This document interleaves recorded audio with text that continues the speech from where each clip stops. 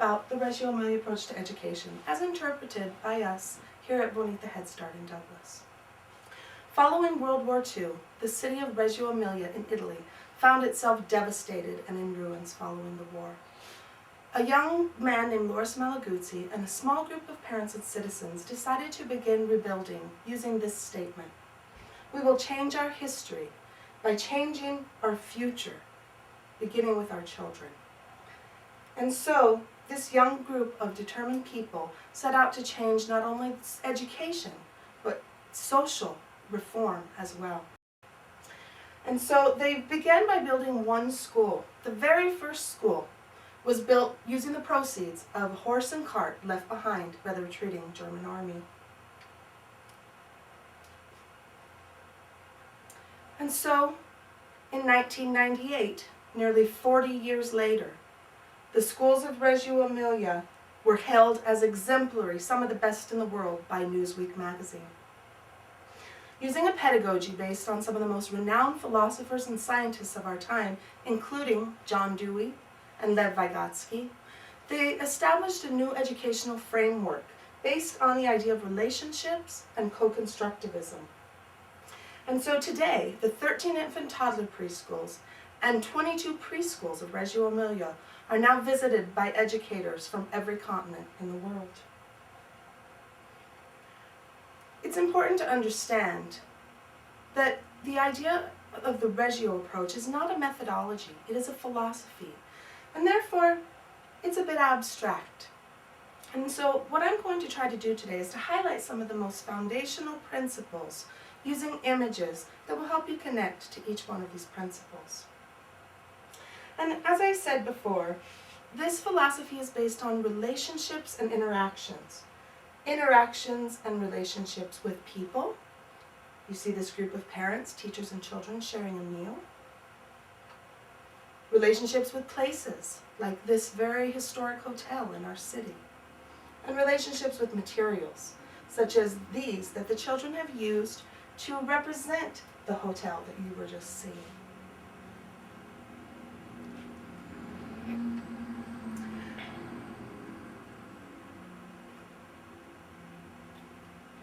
So let's start with the first principle, the image of the child, which is one of the most important.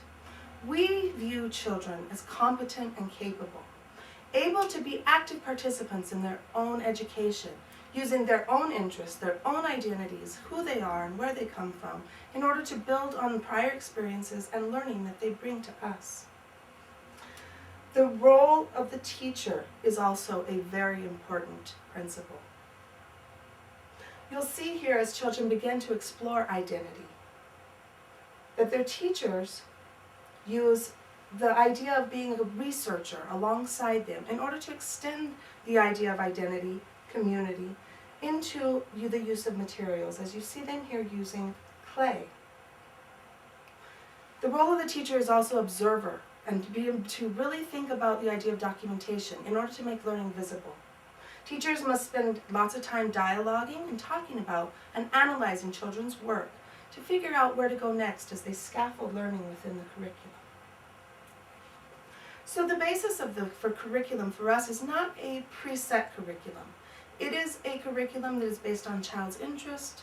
It is a curriculum that is based on the analysis of documentation and observation as children and teachers work together through long-term studies. And so the environment plays a very important part in these long-term studies. We see the environment, which is another principle, as another teacher.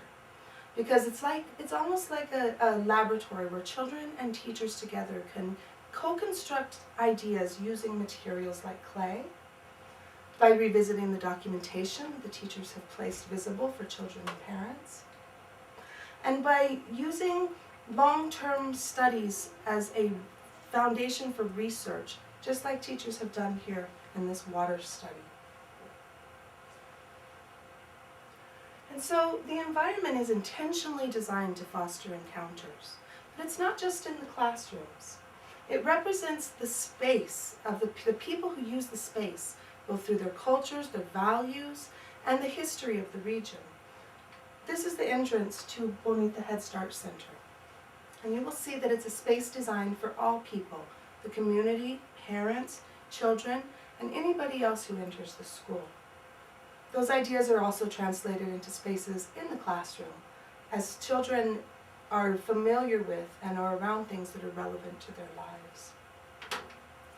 The last principle that I will highlight for you today is the one I call the 100 languages of children, which is a very metaphoric term, as it refers to children using languages other than the verbal speech to understand and express their ideas, their theories, and their thinking of what's happening around them. It's the use of many media in order to better explore, understand, and investigate a concept. This is the studio that we have at Bonita Head Start, and it's also considered a laboratory where children can research more in-depth the use of materials as they construct their thinking around a specific concept.